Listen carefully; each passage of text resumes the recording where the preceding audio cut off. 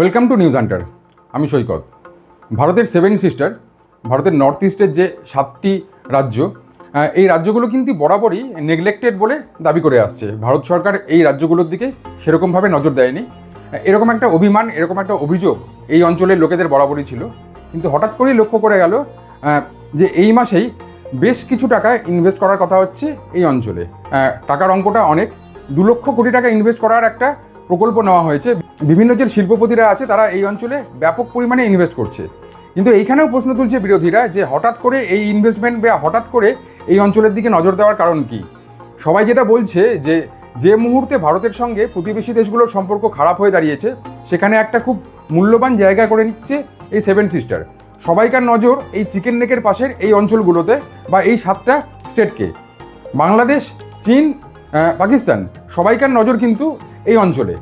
সেখানেই এই অঞ্চলের উন্নতির জন্য বা এই অঞ্চলের সিকিউরিটির পারপাসে কিন্তু বা এই অঞ্চল যাতে ভারত থেকে বিচ্ছিন্ন না হয়ে যায়, সেই জন্যই বিপুল অঙ্কের একটা টাকা এখানে ইনভেস্ট করা হচ্ছে বলে বিরোধীরা দাবি করছে। যে কোনো কারণেই হোক, এই অঞ্চলের যদি উন্নতি হয়, সেটা আমাদের দেশের উন্নতি, সেটা এই অঞ্চলের উন্নতি। এবং কীভাবে উন্নতি করা হচ্ছে বা কী উন্নয়ন হচ্ছে, সেটাই আমরা এখন দেখে নেব।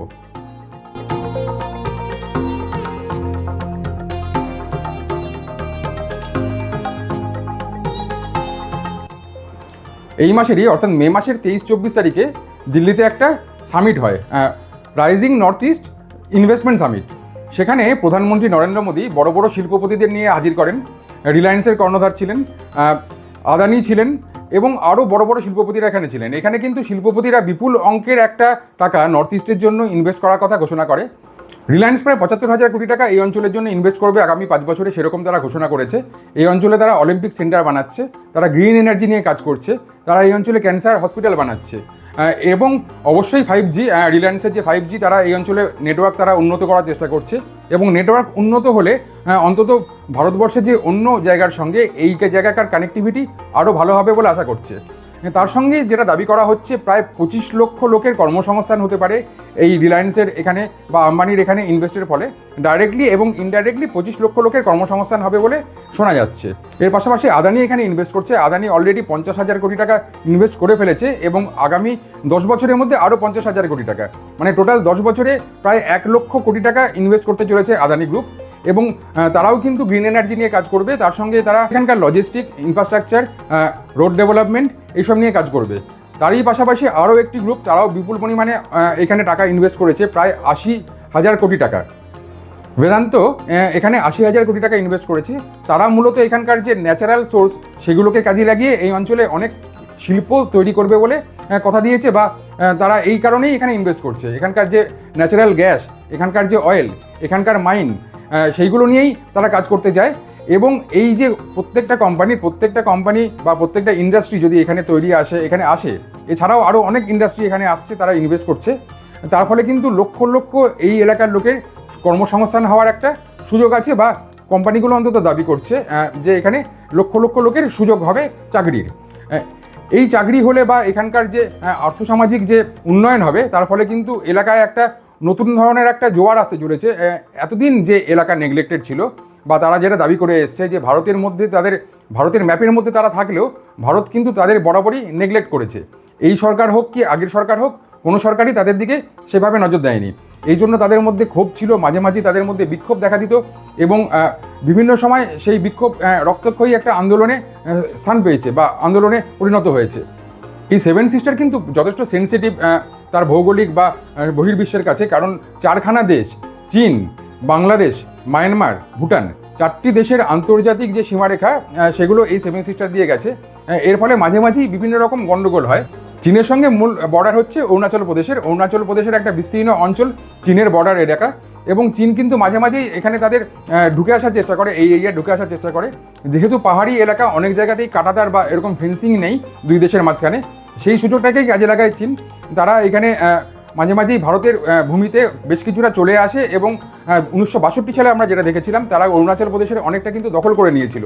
যদিও পরে তাদের পিছু হটতে হয়, কিন্তু চীন লাগাতার একটা কাজ করে যাচ্ছে। অরুণাচলের সঙ্গে তাদের যে বর্ডার এলাকা বা অরুণাচলের বর্ডারের পাশে যে চীনের অংশ, সেই অংশে কিন্তু তারা এক নাগাড়ে ইনফ্রাস্ট্রাকচার তাদের বাড়িয়ে চলেছে, তাদের রাস্তাঘাট তৈরি করছে, এয়ারপোর্ট তৈরি করছে, যাতে সব রকম সামগ্রী এবং সব রকম উন্নয়ন ওই দিক থেকে হয়।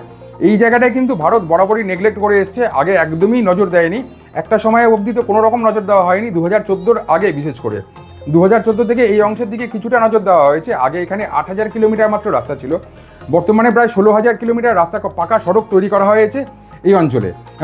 এর ফলে আস্তে আস্তে কিন্তু এই অঞ্চলের উন্নতি না হলেও এই অঞ্চলের অনেক ডেভেলপমেন্টের কাজ এগোচ্ছে, অগ্রগতি হচ্ছে অন্তত।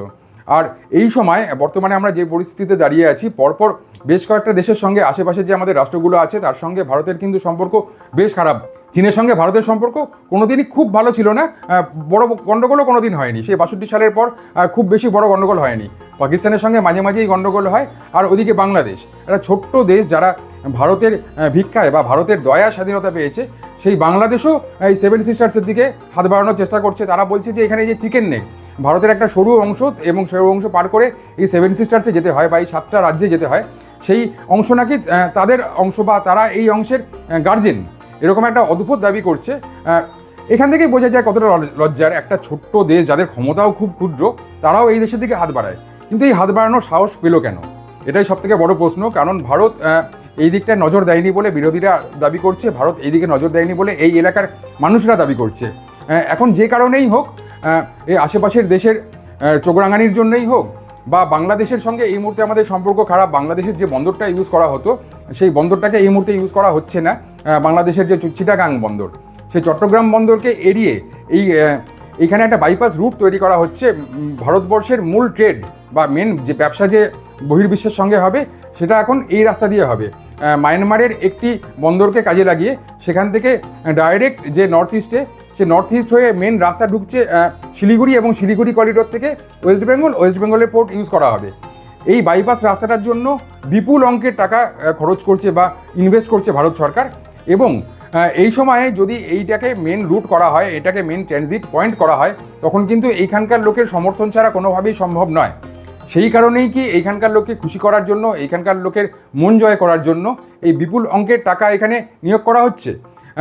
আর এই অঞ্চল থেকে কিন্তু বরাবর আমরা দেখে এসেছি অনেক রকম উন্নয়ন হয়েছে, বা ভারতের মাথা অনেকবার উঁচু করে দিয়েছে এই অঞ্চলের যে অলিম্পিক প্লেয়াররা, তারা ভারতের বাইরে থেকে বিভিন্নবার সোনা নিয়ে এসছে, বিভিন্ন পদক নিয়ে এসছে। এবং এই ছোট ছোট জায়গায় কোনো উন্নয়ন না থাকা অবস্থাতেও তারা নিজেদের চেষ্টায় যে উন্নয়ন করেছে, সেটা কিন্তু ভারতের গর্বের জায়গা।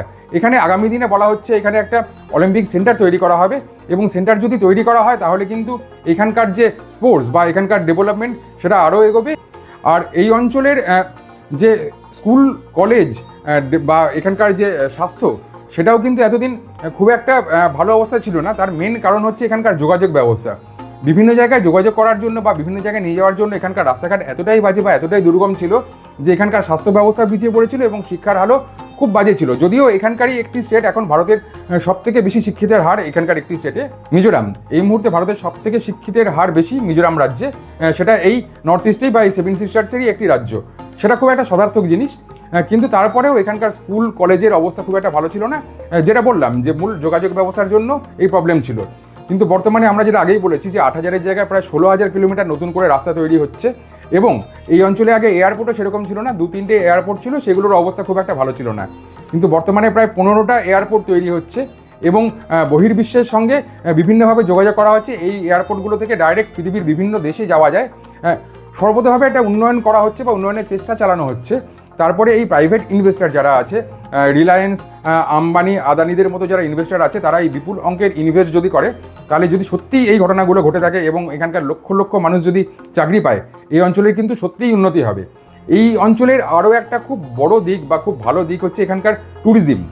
ভারতবর্ষের সবথেকে সুন্দর যে এলাকাগুলো আছে, সবথেকে সৌন্দর্যময় যে জায়গাগুলো আছে, তার মধ্যে নর্থ ইস্ট বা এই 7 সিস্টার একটি। ভারত থেকে প্রতি বছর লক্ষ লক্ষ মানুষ বিদেশে পাড়ি দেয়।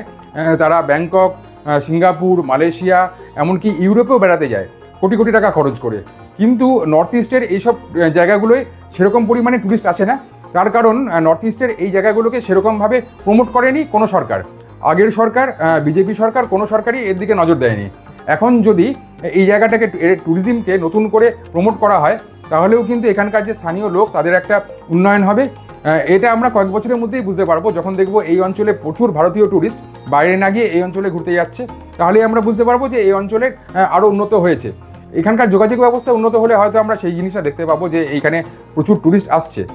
আমরা সেই সুদিনের আশায় আছি যখন ভারতের এই 7 সিস্টার, যারা ভারতবর্ষ থেকে মুখ ফিরিয়ে আছে ঠিকই বলবো না, কিন্তু একটা অভিমান তাদের যে ভারত কোনোদিনই তাদেরকে, বা ভারতের যে সরকার কোনোদিনই তাদেরকে সৎ ছেলের মতো দেখে এসেছে বরাবর, কোনোদিন তাদেরকে আপন ভাবেনি।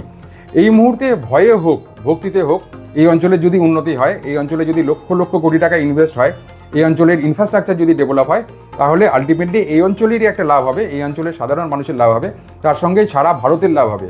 এবং তখন এই 7 সিস্টার সমেত, এই 7টি রাজ্য সমেত সব রাজ্যের মানুষ হয়তো একসঙ্গে বলে উঠতে পারবে, মেরা ভারত মহান।